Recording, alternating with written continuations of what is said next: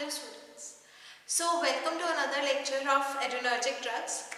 Last lecture के अंदर हमने adrenergic system के बारे में पढ़ा था कि adrenergic system होता क्या है, हमारे पास कहाँ कहाँ पे adrenergic receptors जो है वो present होते हैं और हमारे पास कैसे actions आते हैं जब हमारे पास जो adrenergic system के neurotransmitters हैं वो हमारे पास हम इन एड्रेनर्जिक रिसेप्टर्स पे एक्ट करते हैं, तब हमारे पास कैसे एक्शंस आते हैं।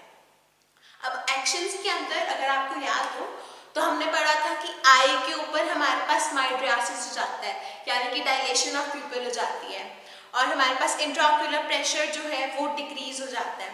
उसके अलावा हमारे पास ब्लड वेसल्स या तो कॉन्स्ट्रिक्ट हो जाती हैं या फिर हमारे पास ब्लड वेसल्स डायलेट हो जाती हैं, डिपेंडिंग अपॉन कि ब्लड वेसल्स कौन सी हैं और हमारे पास कौन से रिसेप्टर्स हैं उन ब्लड वेसल्स के ऊपर। उसके अलावा हार्ट के ऊपर हमने इफेक्ट पड़ा था कि हार्ट रेट इंक्रीज हो जाती है, हमारे पास मेटाबॉलिज्म के ऊपर इफेक्ट पड़ा था कि ब्लड शुगर लेवल इंक्रीज हो जाता है। अभी ये जो हमारे पास डिफरेंट एड्रेनर्जिक सिस्टम के एक्शंस आ रहे हैं, इन एक्शंस का हम कैसे यूज कर सकते हैं, क्या यूजेस होते हैं हमारे पास एड्रेनालिन का या फिर नॉर एड्रेनालिन का या फिर डोपामीन का, क्या यूज है कि हम हमारी फार्माकोलॉजी के अंदर कि हम किन कंडीशंस में इन ड्रग्स को प्रिस्क्राइब कर सकते हैं। सबसे पहले हमारे पास एनाफाइलैक्टिक शॉक जो होता है उसके लिए one of the majorly used drugs है एड्रेनालिन। अब एनाफाइलैक्टिक शॉक क्या होता है? जब हमारे पास सिवियर एलर्जिक रिएक्शन हो किसी पेशेंट के अंदर, हमारे पास जैसे कुछ पेशेंट्स हमारे पास पीनट्स के लिए एलर्जिक होते हैं या फिर कुछ पेशेंट्स हमारे पास प्रॉन्स के लिए या क्रैब्स के लिए या सी फूड के लिए एलर्जिक होते हैं, तो अगर गलती से हमारे पास वो नट्स को या फिर हमारे पास सी फूड को इंजेस्ट कर ले या फिर खा ले तो क्या हो जाता है, उनके अंदर एलर्जिक रिएक्शन स्टार्ट हो जाती हैं। एलर्जिक रिएक्शंस में सिवियर एलर्जिक रिएक्शंस में या एनाफाइलैक्टिक शॉक के अंदर होता क्या है, हमारे पास उन पेशेंट्स के अंदर हाइपरटेंशन हो जाती है, ब्लड प्रेशर इंक्रीज हो जाता है, फ्लूइड रिटेंशन स्टार्ट हो जाती है और इन्फ्लेमेशन होने लग जाती है। उसके अलावा हमारे पास उन पेशेंट्स के अंदर ब्रोंकोस्पाज्म हो जाता है, उनको ब्रीथ करने में हमारे पास दिक्कत आती है। उसके अलावा हमारे पास जो ये सब चीज़ें हैं ये हमारे पास एनाफाइलैक्टिक शॉक में होता है। अब एनाफाइलैक्टिक शॉक में जब हमारे पास एड्रेनालिन प्रिस्क्राइब किया जाता है तो एड्रेनालिन हमारे पास क्या करता है, हाइपोटेंशन रिवर्स कर देता है, उसके अलावा एडेमा रिवर्स कर देता है, ब्रोंकोस्पाज्म को रिवर्स कर देता है और हमारे पास लाइफ सेविंग ड्रग है एड्रेनालिन। जब हमारे पास एज अ इंट्रामस्कुलर इंजेक्शन दिया जाए, अगर किसी पेशेंट को हमारे पास अगर हमारे पास किसी पेशेंट को एनाफाइलैक्टिक शॉक लगे, मतलब अगर हमारे पास पेशेंट कोई हमारे पास पेशेंट है वो गलती से कोई जिस फूड के लिए वो एलर्जिक है वो खा ले तो हमारे पास उस पेशेंट के अंदर क्या होता है, एनाफाइलैक्टिक शॉक हो जाता है और उस एनाफाइलैक्टिक शॉक वाले पेशेंट के अंदर एड्रेनालिन के शॉट्स दिए जाते हैं, intramuscular shots for the treatment of anaphylactic shock. अब उसके अलावा कार्डियक अरेस्ट में हमने जब पढ़ा था कि जो एड्रेनालिन है वो हमारे पास हार्ट रेट इंक्रीज कर देता है, तो इस पोटेंसी की वजह से जो हमारे पास इफेक्ट है या फिर ये एक्शन है हार्ट के ऊपर एड्रेनालिन का, इसलिए हमारे पास क्या हो सकता है, अगर कार्डियक अरेस्ट हो जाए किसी पेशेंट को हमारे पास किसी शॉक की वजह से, जैसे कोई इलेक्ट्रोक्यूशन हो जाए या फिर कोई पेशेंट है जो वो ड्राउन कर जाए, डूब जाए हमारे पास, उसकी वजह से उसका जो हार्ट है वो वर्क करना स्टॉप कर दे, तो उन पेशेंट्स के अंदर हमारे पास क्या किया जाता है, एड्रेनालिन के शॉट्स दिए जाते हैं। उसके अलावा हमारे पास हेमरेज को कंट्रोल करने के लिए बहुत ही ज़्यादा कम कंसंट्रेशन के अंदर 1:10,000 की कंसंट्रेशन के अंदर हमारे पास एड्रेनालिन दिया जाता है टू स्टॉप द ब्लीडिंग या फिर हेमरेज। तो अगर हमारे पास टूथ एक्सट्रैक्शन हुआ हो किसी पेशेंट का, हमारे पास किसी के पेशेंट का हमारे पास टूथ को एक्सट्रैक्ट किया गया हो या फिर किसी पेशेंट के अंदर नोज ब्लीडिंग हो जिसको हम कहते हैं एपिस्टैक्सिस, तो एपिस्टैक्सिस और टूथ एक्सट्रैक्शन की केस में हमारे पास एड्रेनालिन के पैक्स आते हैं जो कि हमारे पास जहाँ पे ब्लीडिंग हो रही है उसको स्टॉप करने के लिए यूज किए जाते हैं। उसके अलावा एड्रेनालिन हमारे पास लोकल एनेस्थेटिक्स के साथ यूज किया जाता है। अब अब लोकल एनेस्थेटिक्स क्या करते थे? लोकल एनेस्थेटिक्स हमारे पास ऐसे एजेंट्स हैं जो हमारे पास लोकली एक पर्टिकुलर एरिया को एनेस्थेसाइज कर देते हैं। तो लोकल एनेस्थेटिक्स के साथ हमारे पास एड्रेनालिन दिया जाता है।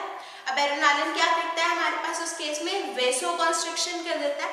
जब हमारे पास वेसो कॉन्स्ट्रिक्शन हो जाती है तब हमारे पास जो लोकल एनेस्थेटिक्स है उसकी एब्जॉर्प्शन जो है वो डिक्रीज हो जाती है, जिसकी वजह से हमारे पास जो एक्शन है, duration of action local anaesthetics का, वो इंक्रीज हो जाता है। और उसके अलावा हमारे पास जो सिस्टमिक टॉक्सिसिटी है लोकल एनेस्थेटिक्स की वो डिक्रीज हो जाती है। सिमिलरली जैसे हम हेमरेज की ट्रीटमेंट के टाइम पे बहुत कम कंसंट्रेशन में दे रहे थे, 1:10,000 की कंसंट्रेशन में हम एड्रेनालिन एडमिनिस्टर करते हैं, वैसे ही 1:10,000 की रेशियो में हम एडमिनिस्टर करते हैं adrenaline with the local anaesthetics to increase the duration of action of local anaesthetics. उसके अलावा हमारे पास ब्रोंकियल अस्थमा की ट्रीटमेंट के लिए एड्रेनालिन यूज किया जाता है। जो अब इसके अलावा हमारे पास और भी एड्रेनालिन के अलावा हमारे पास कुछ सिलेक्टिव ड्रग्स हैं जो हमारे पास यूज की जाती हैं हमारे ब्रोंकियल अस्थमा की ट्रीटमेंट के लिए, लेकिन वन ऑफ द एजेंट्स जो पहले यूज किए जाते थे वो है हमारे पास एड्रेनालिन। उसके अलावा हमारे पास ग्लूकोमा की ट्रीटमेंट के अंदर एड्रेनालिन यूज किया जाता है, लेकिन क्योंकि हमारे पास एड्रेनालिन इंट्राऑक्यूलर प्रेशर जो है उसको डिक्रीज कर देता है, लेकिन दो हमारे पास ड्रॉबैक्स हैं एड्रेनालिन के। फर्स्ट ऑफ ऑल इसका जो ड्यूरेशन ऑफ एक्शन है वो हमारे पास स्मॉल होता है या शॉर्ट होता है, और उसके अलावा हमारे पास ये पुअरली एब्जॉर्ब ड्रग्स है, जिससे हमारे पास एड्रेनालिन के अलावा जो बेटर ड्रग्स है वो ग्लूकोमा की ट्रीटमेंट में यूज किए जाते हैं, लेकिन वन ऑफ द ड्रग्स जो पहले यूज की जाती थी दैट वाज एड्रेनालिन। अब हमारे पास एड्रेनालिन के अलावा एक और एजेंट है दैट इज डायपीवेफ्रिन। नाउ डायपीवेफ्रिन जो हमारे पास एजेंट है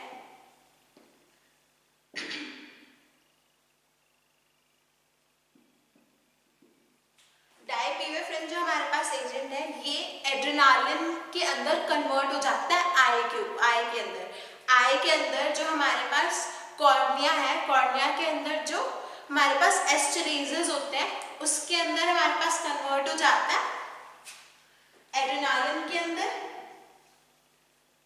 और जब हमारे पास डायपीवेफ्रिन एड्रेनालिन के अंदर कन्वर्ट हो जाता है तब हमारे पास ये क्या करता है, जो इंट्राऑक्यूलर प्रेशर है उसको डिक्रीज कर देता है, जिसकी वजह से हमारे पास डायपीवेफ्रिन जो ड्रग है वो यूज की जाती है ग्लूकोमा की ट्रीटमेंट के अंदर।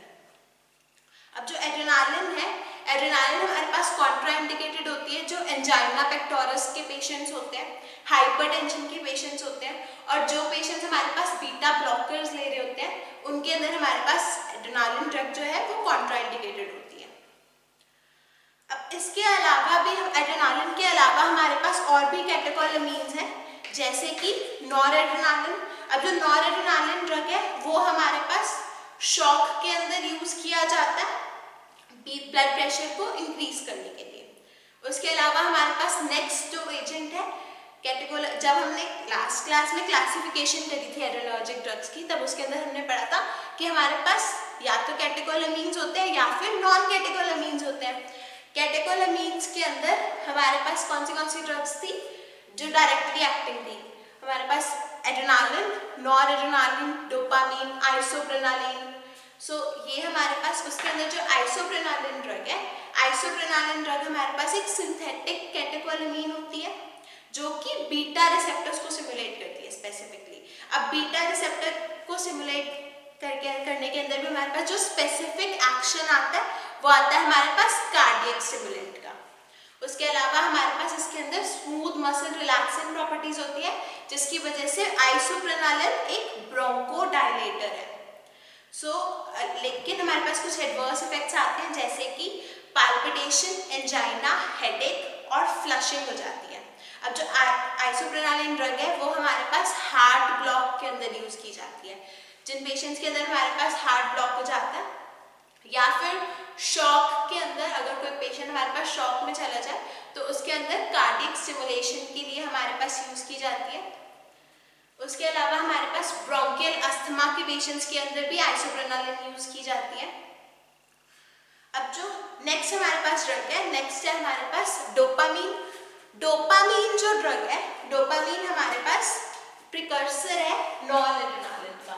सो डायबिग्राफिन में हमने कवर करा, नेक्स्ट हमने कवर करा आइसोप्रेनालिन।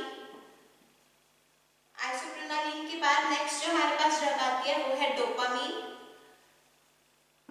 अब जो डोपामीन ड्रग है, डोपामीन ड्रग के बारे में जो जितना कुछ आपको डोपामीन के बारे में पहले से पता है, उसके अलावा हम क्या ऐड कर रहे हैं कि डोपामीन हमारे पास प्रिकर्सर होता है नॉरएड्रेनालिन का। अब नॉरएड्रेनालिन का प्रिकर्सर है, तो इस वजह से हमारे पास जो डोपामीन ड्रग है वो हमारे पास दोनों रिसेप्टर्स पे एक्ट करती है।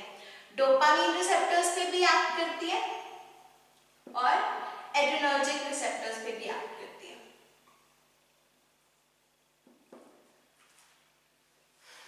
अब जो हमारे पास डोपामीन रिसेप्टर्स हमारे पास वेस्कुलर एरियाज में प्रेजेंट है, जैसे कि हमारे पास रीनल डोपामिनर्जिक रिसेप्टर्स हैं या फिर मेसेंट्रिक में प्रेजेंट है, तो उस वहाँ पे हमारे पास डोपामीन रिसेप्टर्स के ऊपर अटैच होकर डोपामीन क्या करती है, हमारे पास वेसोडाइलेशन कॉज करवाती है।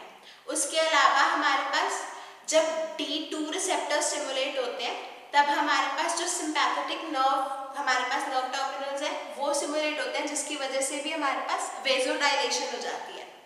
और उसके अलावा हमारे पास रीनल ब्लड फ्लो इंक्रीज हो जाता है और ग्लोमेरुलर फिल्ट्रेशन रेट इंक्रीज हो जाता है। उसके अलावा हमारे पास जब एड्रेनर्जिक रिसेप्टर्स पे अटैच होती है तो बीटा 1 रिसेप्टर्स के थ्रू हमारे पास डोपामीन क्या करती है, बीटा 1 रिसेप्टर्स के थ्रू कार्डियक स्टिमुलेशन करती है और हमारे पास जो कार्डियक आउटपुट है और हार्ट रेट है उसको इंक्रीज करती है। सो जो हमारे पास डोपामीन ड्रग है, डोपामीन ड्रग हमारे पास एक तो हमारे पास क्या क्या करती है, कार्डियक आउटपुट को इंक्रीज करती है, हार्ट रेट को इंक्रीज करती है, उसके अलावा हमारे पास वेसोडाइलेशन कॉज करती है। इसलिए हमारे पास जब अगर किसी पेशेंट को हमारे पास हाइपोटेंशन हो तब हमारे पास उस पेशेंट के अंदर, अगर किसी पेशेंट के अंदर ब्रेडिकार्डिया हो तो हमारे पास डोपामीन दी जाती है। और उसके अलावा जो हमारे पास डोपामीन ड्रग है, डोपामीन ड्रग की जो मेटाबोलाइजेशन है, जो मेटाबॉलिज्म है, वो हमारे पास कॉम्ट एंजाइम, कैटेकोल ओ मिथाइल ट्रांसफरेज और मोनोमीन ऑक्सीडेज एंजाइम दोनों मिलके हमारे पास इसकी मेटाबॉलिज्म करवाते हैं। अब हमारे पास एक ड्रग है एपिनीन। जो एपिनीन ड्रग है, एपिनीन ड्रग हमारे पास डोपामीन का प्रिकॉर्सर है, जो कि हमारा एक एस्टर होता है हमारे पास डोपामीन का मिथाइल एस्टर है एपिनीन, और एपिनीन और हमारे पास डोपामीन यूज किए जाते हैं। जो एपिनीन ड्रग है इसके जो एक्शंस हैं वो बिल्कुल हमारे पास डोपामीन के सिमिलर है। अब डोपामीन हमारे पास एडवर्स इफेक्ट्स कॉज करती है, जैसे कि नॉजिया, वॉमिटिंग, पैल्पिटेशंस, हेडेक। उसके अलावा हमारे पास सडन राइज हो जाता है बीपी के अंदर। अब हमारे पास यूज कहाँ पे की जाती है, जो हमारे पास कार्डियोजेनिक शॉक के पेशेंट्स होते हैं उनके अंदर हमारे पास डोपामीन यूज की जाती है। उसके अलावा हमारे पास जो हाइपोवॉलेमिक पेशेंट्स होते हैं, जिन पेशेंट्स के अंदर ब्लड का वॉल्यूम डिक्रीज हो जाता है, उन पेशेंट्स के अंदर हमारे पास डोपामीन यूज की जाती है। उसके अलावा हमारे पास जो पेशेंट्स सेप्टिक शॉक में चले जाते हैं, जिन पेशेंट्स के अंदर सेप्सिस हो जाता है, उन पेशेंट्स के अंदर डोपामीन यूज किया जाता है। उसके अलावा जिन पेशेंट्स के अंदर रीनल डिसफंक्शन है, रीनल डिसफंक्शन होने की वजह से जिन पेशेंट्स के अंदर जो ग्लोमेरुलर फिल्ट्रेशन रेट है वो कम है, तो हमारे पास उन पेशेंट्स के अंदर भी डोपामीन यूज की जाती है। उसके अलावा जो डोपामीन ड्रग है, डोपामीन हमारे पास ब्लड ब्रेन बैरियर को क्रॉस नहीं करती, इस वजह से हमारे पास डोपामीन के CNS इफेक्ट्स नहीं आते। और हमारे पास जिन पेशेंट्स के अंदर कार्डियक आउटपुट कम होता है उन पेशेंट्स के अंदर हमारे पास डोपामीन दी जाती है। अब जो डोपामीन ड्रग है वो हमारे पास क्या करती है, जो रीनल ब्लड फ्लो होता है उसको इंक्रीज करवा देती है, और रीनल ब्लड फ्लो इंक्रीज होने की वजह से हमारे पास जो ग्लोमेरुलर फिल्ट्रेशन रेट होता है वो इंक्रीज हो जाता है। उसके अलावा हमारे पास डोपामिन हार्ट को स्टिमुलेट करती है, जिसकी वजह से हमारे पास कार्डियक आउटपुट इंक्रीज हो जाता है, हार्ट रेट इंक्रीज हो जाती है और जो फोर्स ऑफ कॉन्ट्रैक्शन है हार्ट का वो इंक्रीज हो जाता है। अब जो डोपामिन ड्रग है वो हमारे पास शॉर्ट एक्टिंग है, जिसकी वजह से हमारे पास इसका जो रिस्पॉन्स है वो हमारे पास मॉडिफाई किया जा सकता है इन्फ्यूजन रेट के ऊपर के अंदर चेंज करके। सो डोपामिन हमारे पास एक शॉर्ट एक्टिंग ड्रग है, जिसकी वजह से हमारे पास इसकी जो टॉक्सिक इफेक्ट्स है वो कम है। लेकिन डोपामिन जो हमारे पास ओरली दी जाती है उसके हमारे पास सीएनएस इफेक्ट्स ना होने की वजह से इसका जो अब्यूज और डिपेंडेंस है वो बहुत कम है। लेकिन अगर हम प्रिकर्सर्स की बात करें, जो डोपामिन के प्रिकर्सर्स होते हैं वो हमारे पास अब्यूज कॉज करवा सकते हैं। अब डोपामिन के अलावा हमारे पास एक ड्रग है डोपेक्सामीन। अब जो डोपेक्सामीन ड्रग है वो हमारे पास D1 और D2 रिसेप्टर्स के ऊपर वर्क करती है। हमारे पास जो कंजेस्टिव कार्डियक फेलियर के पेशेंट्स होते हैं, जो हार्ट फेलियर के पेशेंट्स होते हैं, उन पेशेंट्स के अंदर हमारे पास डोपेक्सामीन दी जाती है। उसके अलावा हमारे पास डोब्यूटामीन ड्रग है। डोब्यूटामीन जो ड्रग है वो हमारे पास सिर्फ और सिर्फ जो बीटा 1 रिसेप्टर्स होते हैं, जो हमारे पास हार्ट की स्टिमुलेशन के लिए रिस्पॉन्सिबल होते हैं, सिर्फ उन्हीं रिसेप्टर्स के ऊपर सिलेक्टिवली वर्क करती है। इसीलिए जो हार्ट के पेशेंट्स हैं, अगर हमें रीनल इफेक्ट नहीं चाहिए तो हम उन पेशेंट्स के अंदर डोब्यूटामीन ड्रग प्रिस्क्राइब करते हैं। अब डोब्यूटामीन ड्रग जो है वो हमारे पास क्या करती है, फोर्स ऑफ कंट्रैक्शन इंक्रीज करवा देती है। उसके अलावा हमारे पास कार्डियक आउटपुट इंक्रीज करवा देती है और हार्ट रेट इंक्रीज करवा देती है।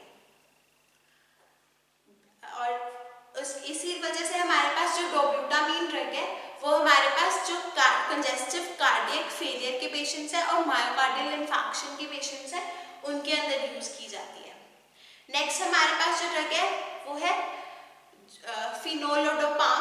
फिनोलोडोपाम जो ड्रग है वो हमारे पास सिलेक्टिवली D1 रिसेप्टर्स के ऊपर वर्क करती है, जिसकी वजह से ये हमारे पास कहाँ एक्ट करती है, जो रीनल और मेसेंट्रिक आर्टरीज है वहां पे वर्क करती है।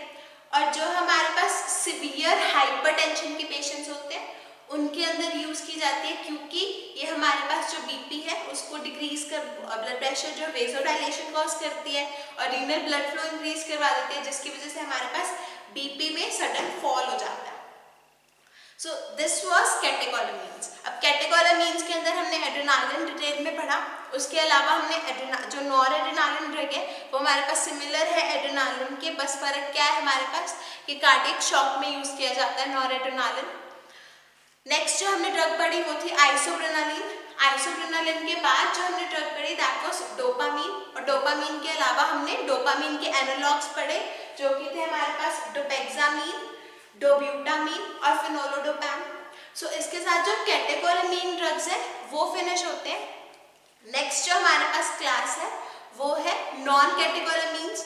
अब नॉन कैटेकोलामीन्स के अंदर हमारे पास जो सबसे पहला ड्रग आता है दैट इज इफेड्रिन। अब इफेड्रिन जो ड्रग है वो हमारे पास एक अल्कलॉइडल नेचर का ड्रग है। इफेड्रिन हमारे पास डायरेक्ट स्टिमुलेशन से वर्क करता है अल्फा और बीटा रिसेप्टर्स के, और इनडायरेक्टली वर्क करता है हमारे पास नॉरएड्रेनालिन का रिलीज करवाता है हमारे पास, जो हमारे पास एड्रेनर्जिक न्यूरॉन्स होते हैं वहां से। सो जब हमारे पास ये अल्फा और बीटा रिसेप्टर्स को स्टिमुलेट करता है तब हमारे पास क्या करता है, ब्लड प्रेशर को इंक्रीज करवा देता है, पेरिफेरल वेसोकंस्ट्रिक्शन करवा के और कार्डियक आउटपुट को इंक्रीज करवा के।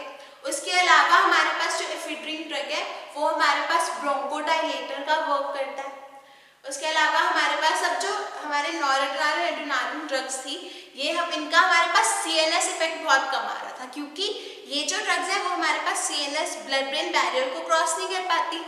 लेकिन जो इफेड्रिन ड्रग है वो हमारे पास ब्लड ब्रेन बैरियर को क्रॉस कर जाती है, जिसकी वजह से हमारे पास सीएनएस स्टिमुलेंट इफेक्ट्स आते हैं इफेड्रिन के। अब सीएनएस स्टिमुलेंट इफेक्ट्स कैसे आते हैं हमारे पास, इंसोम्निया कॉज कर देता है। अगर हमारे पास सीएनएस जो है वो स्टिमुलेट हो जाएगा तब हमारे पास जो ब्रेन है वो रेस्ट में नहीं जा पाएगा और हमारे पास स्लीप की डेप्रिवेशन हो जाएगी, जिसको हम कहते हैं इंसोम्निया। इंसोम्निया के अलावा हमारे पास रेस्टलेसनेस कॉज करता है, एंजाइटी कॉज करता है, ट्रेमर्स कॉज करता है और हमारे पास जो मेंटल एक्टिविटी होती है वो इंक्रीज हो जाती है। उसके अलावा हमारे पास जो इफेड्रिन ड्रग है उसकी जो ओरल बायोअवेलेबिलिटी है दैट इज गुड, और जो इसका T-half है वो 4 to 6 आवर्स होता है। हमारे पास कुछ साइड इफेक्ट्स आते हैं एफेड्रिन के, जैसे कि हमारे पास जो हमारा इंसोम्निया कॉज करता है, उसके अलावा ट्रेमर्स कॉज करता है। मिक्चुरेशन का जो प्रोसेस है उसके अंदर हमारे पास यूरिन को एक्सक्रीट करने का प्रोसेस है, उसके अंदर हमारे पास डिफिकल्टी आती है। एंजाइटी और रेस्टलेसनेस कॉज करता है, और हमारे पास जो गैस्ट्रिक अपसेट, हमारा जो जीआईटी ट्रैक्ट है वो अपसेट हो जाता है, जिसकी वजह से हमारे पास नॉजिया, वॉमिटिंग और डायरिया जैसे सिम्टम्स आते हैं। अब जो एफेड्रिन ड्रग है वो हमारे पास यूज कहाँ पे किया जाता है? अगर एक्शंस की बात करें तो सबसे पहला एक्शन हमारे पास आया था ब्रोंकोडायलेशन। अब ब्रोंकोडायलेशन की वजह से हमारे पास जो एफेड्रिन ड्रग है वो अस्थमा के केस में यूज की जाती है। उसके अलावा हमारे पास नेजल डीकंजेस्टेंट के फॉर्म में यूज किया जाता है एफेड्रिन। अब जो एफेड्रिन ड्रग है, एफेड्रिन के जो एक्शंस है वो हमारे पास एड्रेनालिन के साथ मैच करते हैं। अब एफेड्रिन जो ड्रग है वो हमारे पास कैसे वर्क करता है? वेसो कंस्ट्रिक्शन करवा देता है हमारे पास। अब जब वेसो कंस्ट्रिक्शन हो जाएगी तो हमारे पास जो म्यूकस का सरफेस था वो डिक्रीज हो जाएगा, और हमारे पास सिक्रीशंस जो है वो डिक्रीज हो जाएंगी, जिसकी वजह से हमारे पास जो नेजल कंजेशन हुई थी, नेजल कंजेशन में क्या होता है हमारे पास, जब हमारा ड्यू टू एक्सेस म्यूकस जो नोज है वो हमारे पास कंजेस्टेड हो जाए, हमारे पास जो नेजल ट्रैक्ट है हमारा वो सारा का सारा कंजेस्टेड हो जाए, तो उसको डीकंजेस्ट करने के लिए हम क्या करते हैं? म्यूकस का सिक्रीशन डिक्रीज करवा देते हैं, और जब म्यूकस का सिक्रीशन डिक्रीज होता है तब हमारे पास जो म्यूकोजन मेम्ब्रेन होता है वो कम हो जाता है, और हमारे पास डीकंजेस्टेंट हमारे पास और जो प्री एग्जिस्टिंग म्यूकस है उसकी हम एक्सक्रीशन करवा देते हैं। उसके अलावा हमारे पास माइड्रियासिस के लिए यूज होता है एफेड्रिन, हमारे पास प्यूपिल को डायलेट करने के लिए। अब जो माइड्रियासिस हमारे पास एफेड्रिन के केस में कॉज होता है वो होता है हमारे पास विदाउट साइक्लोप्लेजिया। साइक्लोप्लेजिया हमारे पास क्या होता है? साइक्लोप्लेजिया एक कंडीशन है हमारे पास जिसके अंदर सिलियरी मसल्स जो है वो हमारे पास उनका पैरालिसिस हो जाता है, क्योंकि हमारे पास जो सिलियरी मसल्स है उनको भी कॉन्ट्रैक्ट करते हैं। लेकिन अगर हम एफेड्रिन यूज करते हैं तो एफेड्रिन हमारे पास जो प्यूपिल को डायलेट करता है वो बिना हमारे पास सिलियरी मसल्स को कॉन्ट्रैक्ट करे हमारे पास डायलेशन होती है, इसकी वजह से हमारे पास साइक्लोप्लेजिया कॉज नहीं होता। उसके अलावा हमारे पास हाइपोटेंशन के केस में हमारे पास एफेड्रिन यूज की जाती है। नार्कोलेप्सी की हमारे पास ट्रीटमेंट, नार्कोलेप्सी हमारे पास कंडीशन होती है जब हमारे किसी पेशेंट के अंदर इररेजिस्टिबल स्लीप हो, अगर किसी पेशेंट को बहुत ज़्यादा नींद आती हो तो उस पेशेंट के अंदर हमारे पास एफेड्रिन दिया जाता है। उसके अलावा हमारे पास जो नॉक्टर्नल एन्यूराइसिस का केस है उसके अंदर हमारे पास एफेड्रिन यूज की जाती है। अब नॉक्टर्नल एन्यूराइसिस क्या होता है? हमारे पास जो बेड वेटिंग की प्रॉब्लम होती है उसके अंदर हमारे पास एफेड्रिन जो है वो यूरिनरी रिटेंशन कॉज करता है, जिस वजह से ये बेड वेटिंग के अंदर हेल्प करता है। उसके अलावा हमारे पास जो स्टोक्स एडम सिंड्रोम है जिसके अंदर हमारे पास हार्ट ब्लॉक हो जाता है, उन पेशेंट्स के अंदर भी हमारे पास क्या यूज किया जाता है? एफेड्रिन। इसके साथ हमने जो कैटेकोलामीन्स है वो फिनिश कर लिया है। और सेकेंडली हमने जो नॉन कैटेकोलामीन्स है उसके अंदर एक ड्रग एफेड्रिन के बारे में पढ़ा है।